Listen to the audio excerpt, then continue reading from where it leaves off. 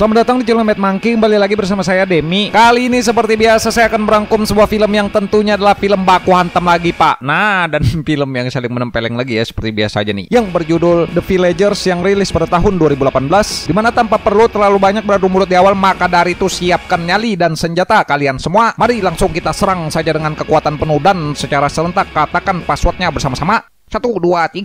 Apa passwordnya? Hantam Bang Editor. Tor.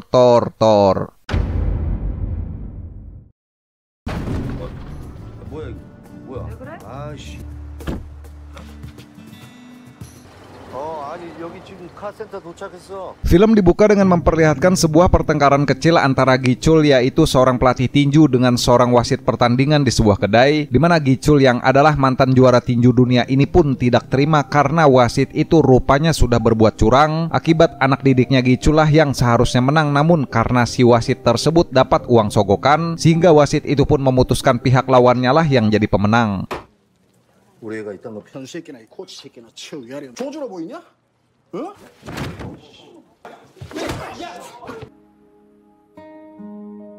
Akibat pemukulan kemarin, Gicul pun kini menjadi susah untuk mendapatkan pekerjaan karena sudah membuat masalah dengan asosiasi tinju, sehingga mau tak mau Gicul pun harus pindah kota untuk mencari sebuah pekerjaan baru. Namun di kota yang baru ini, Gicul pun mau tak mau juga terpaksa harus menjadi seorang guru olahraga di sebuah SMA karena memang hanya itu pekerjaan yang ada untuk dirinya.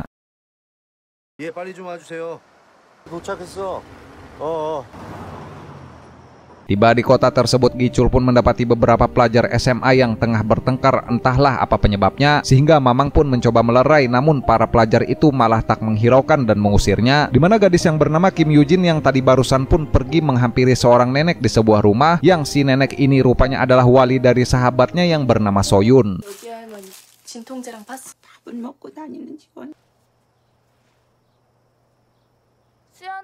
Dimana rupanya ternyata Soyun temannya itu diceritakan telah menghilang beberapa hari yang lalu, sehingga pertengkaran barusan terjadi karena Yujin ini mengira bahwa teman-temannya tadi ada kaitannya dengan hilangnya Soyun. Dimana Yujin pun diceritakan kini juga sudah melapor ke pihak polisi namun belum dapat jawaban, dan juga sudah menyebarkan brosur di mana-mana namun tidak ada satupun orang yang tahu keberadaan Soyun.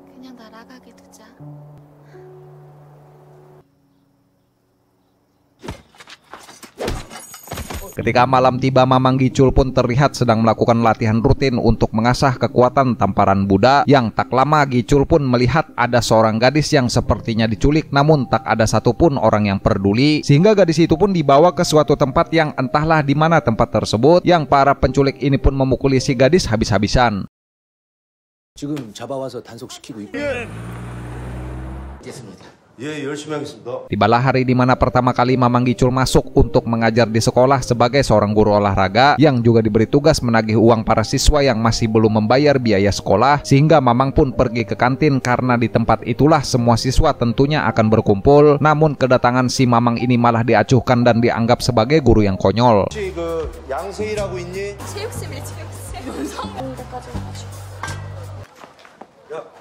Ketika Gicul juga menagih uang sekolahnya Yujin yang belum dibayar selama berbulan-bulan, Yujin pun marah mendengar si Mamang ini menanyakan perihal Soyun dan lantas mengacuhkannya, yang kemudian pergi ke kantor guru untuk memprotes karena ia dilarang memajang poster hilangnya Soyun. Yang anehnya guru di sana juga tidak peduli sama sekali dengan siswanya mereka.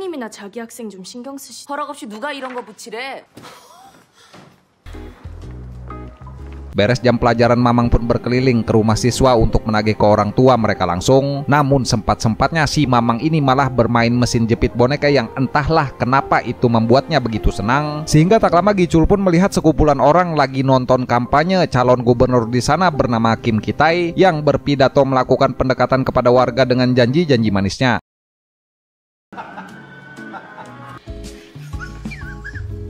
경제 활성화를 위해 계획을 다 똑같네요. 확실하게 말씀드리겠습니다. Yujin yang sampai kini masih terus mencari di mana sekiranya ia bisa menemukan Soyun. Yujin pun tiba di sebuah bar yang sepertinya itu adalah tempat di mana Soyun bekerja, sehingga Yujin pun nekat masuk dari pintu belakang. Namun beruntung ada si Mamang di sana tidak sengaja melihat, yang Yujin di dalam tanpa rasa takut menanyakan perihal hilangnya Soyun. 수연이가 여기서 쓴 이름이 체리. 어디라고 들어오는 거예요? Mendengar salah satu pegawai bar yang sepertinya kenal dengan gadis di foto namun dengan nama samaran yaitu Chai Lim, Eugene pun nekat menerobos naik ke atas meskipun ia telah diusir para penjaga, sehingga beruntung Mamang Gicul pun datang dan berhasil mencegah sebelum Eugene ini diseret penjaga pakai kekerasan. Namun setelah diselamatkan, Eugene malah marah karena menganggap Mamang ini telah menghalanginya.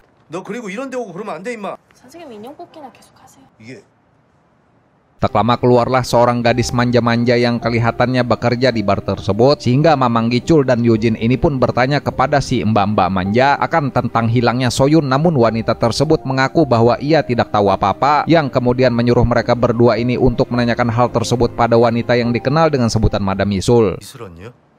죄송해요. 저 아가씨들은 이슬 언니가 더 잘 알 거예요. Berhubung hari kini sudah larut, Gicul pun terlihat mencoba mengantar Eugene pulang dengan selamat. Namun si bocah malah tidak mau diantar dan memintanya untuk diturunkan saja. Sehingga Mamang pun mau tak mau terpaksa harus membiarkan gadis tersebut pulang sendirian. Yang ketika berjalan sendiri, seorang pria dari mobil pun turun berniat ingin menculik Eugene.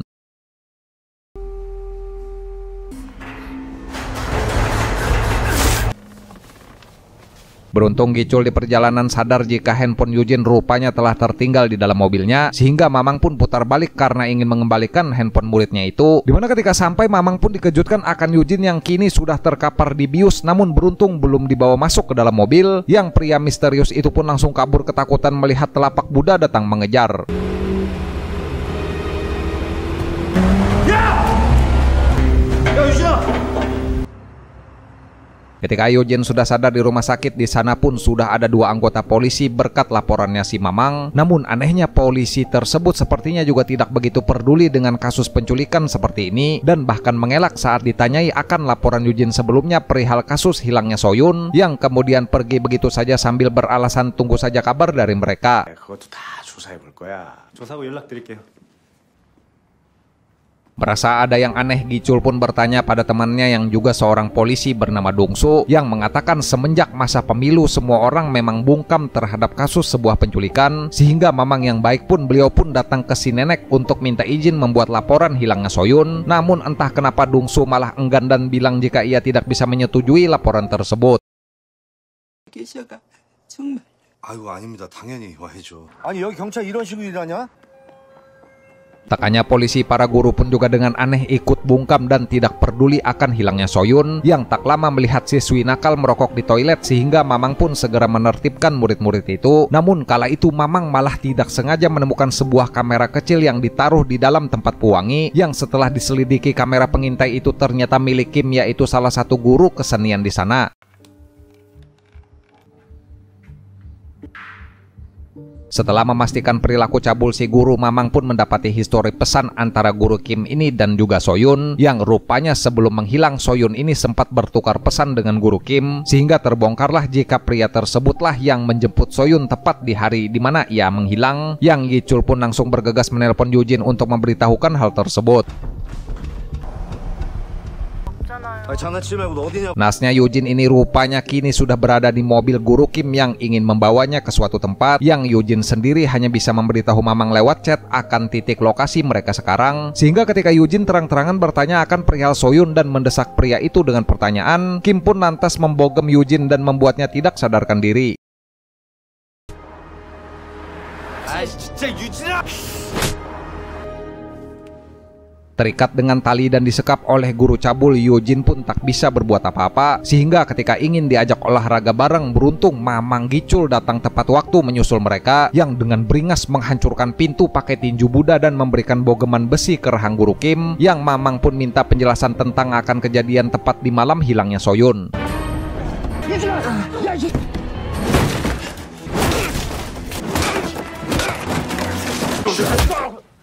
야 이 변태 같은 새끼야.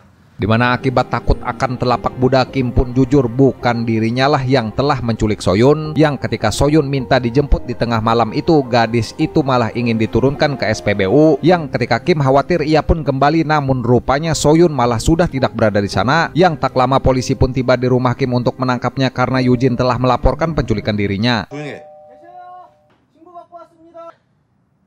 Mamang yang mendesak para polisi untuk menginvestigasi kasus ini lebih lanjut malah tidak ditanggapi dengan serius, yang rupanya memang benar polisi di sana ada kaitannya dengan kasus hilangnya Soyun, sehingga polisi tersebut pun mengabari pemilik bar alias mantan bosnya Soyun secara langsung, yang entahlah kenapa Kim Ki-tae si calon gubernur ini malah ikutan panik dan seketika menampar bawahannya itu.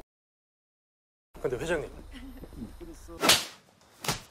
학교에서 알면 어떡하려고 그래. Di tempat lain, Gi-chul pun mencoba memperingati Yujin ini untuk tidak terus mencari Soyun seorang diri, karena itu bisa sangat membahayakan dirinya yang mungkin jadi incaran selanjutnya. Namun karena Yujin sangat peduli dengan sahabatnya, ia pun tidak memperdulikan bahaya yang mungkin akan menimpanya dan akan terus melanjutkan pencarian sampai sahabatnya itu bisa ditemukan. Ketika besoknya Mamang Gi-chul pun saat itu dengan aneh malah dihampiri langsung oleh calon gubernur yang memberikan uang pesangon dan mengembalikan uang pembangunan yang dibayar Gi-chul sebelumnya, sehingga bisa dikatakan jika Kim Ki-tae ini ingin mengusir Mamang secara halus dari kota tersebut karena nampaknya si pejabat ini terganggu dengan Gi-chul yang berusaha mengungkap kasusnya Soyun. 그게 무슨 말씀이신지. Ketika Gi-chul dibuat bimbang tentang akan keanehan yang sudah terjadi di kota tersebut, Mamang pun tiba-tiba saja mendengar kabar jika Soyun kini sudah ditemukan namun dalam keadaan yang sudah tidak bernyawa, sehingga Yujin yang mendengar hal itu pun ia pun tidak sanggup menahan kesedihannya karena sahabat sejatinya kini benar-benar sudah tiada dengan keadaan yang sangat mengenaskan.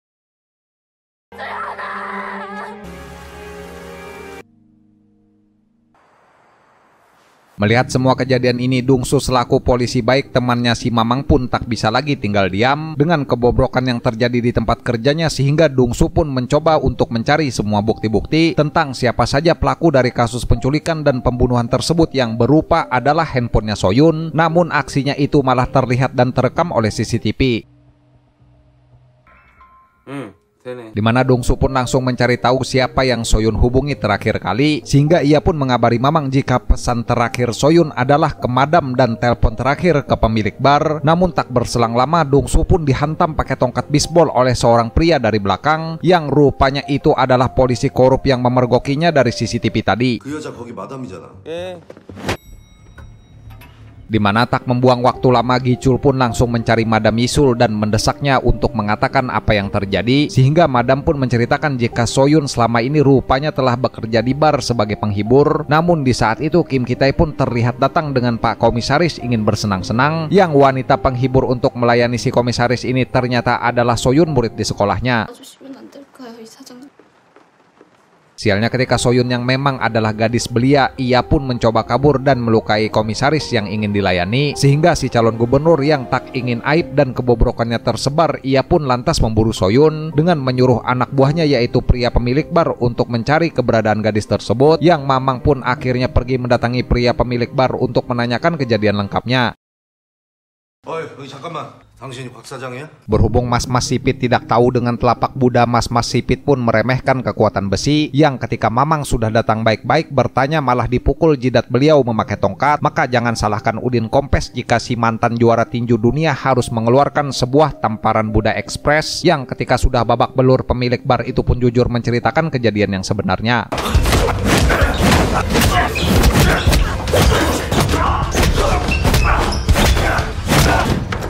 Di mana rupanya bukan merekalah yang menculik dan membunuh Soyun di malam tersebut, namun hanya ingin menjemput, yang malah mendapati Soyun ternyata sudah tewas dibekap oleh guru Kim Cabul, yang rupanya Kim si guru cabul ini sebelumnya hanya berbohong dan mengarang cerita, yang tak lama Dungsu yang kini sadar ia pun mengabari Mamang jika Kim guru cabul sudah terbebas. Yang mana Kim sendiri rupanya kini sudah berhasil menculik Yujin dan membawanya ke suatu tempat, sehingga Mamang pun langsung ke rumah Kim, namun rupanya di sana sudah tidak ada siapa-siapa, yang ketika Kim ingin memulai olahraga paksa, tiba-tiba saja calon gubernur Ki-tae malah terlihat datang ke sana, yang ternyata Kim guru cabul ini adalah anak dari si calon gubernur. Sehingga semuanya pun kini menjadi jelas kenapa calon gubernur Ki-tae ini sangat ingin menutup rapat kasus hilangnya Soyun, karena ia tidak ingin kasus ini akan menghalanginya untuk bisa terpilih menjadi gubernur. Namun yang lebih mengejutkannya lagi, rupanya yang membunuh Soyun bukan si guru Kim melainkan si calon gubernur sendiri, karena si kakek tua ini tidak bisa membiarkan satupun orang yang tahu aibnya.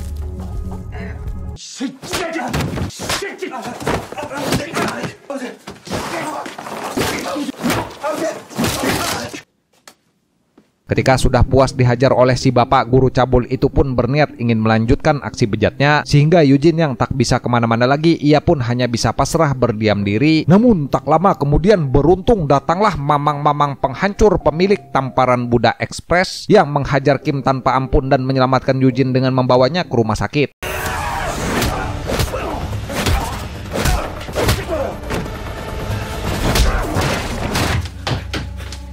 Di tempat lain, si kakek bejat sang calon gubernur pun kini sudah menikmati hasil perbuatan jahatnya karena di hari itu ia sudah resmi menang dan dilantik untuk jadi gubernur di kota tersebut. Namun karena si Mamang kini sudah marah dan tidak terima murid-murid beliau telah dijadikan korban kejahatan, beliau pun langsung memburu si gubernur dengan beringas yang mencegat mobil si kakek di persimpangan.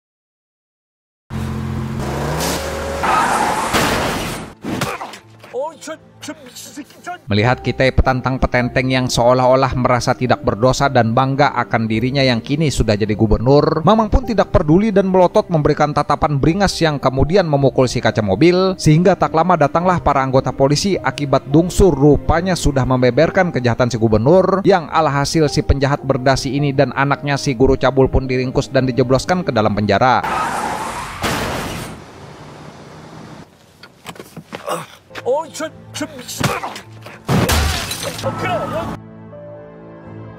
Setelah kasus pembunuhan Soyun yang menjadi sebuah misteri pun kini sudah terbongkar, Mamang pun menjenguk Eugene yang sudah baikan dan tersadar dari pingsannya di rumah sakit, sehingga beliau pun memutuskan untuk meninggalkan kota tersebut dengan damai untuk menjadi seorang Eternals guna melanjutkan tugas mulia beliau memperhatikan kehidupan manusia di bumi.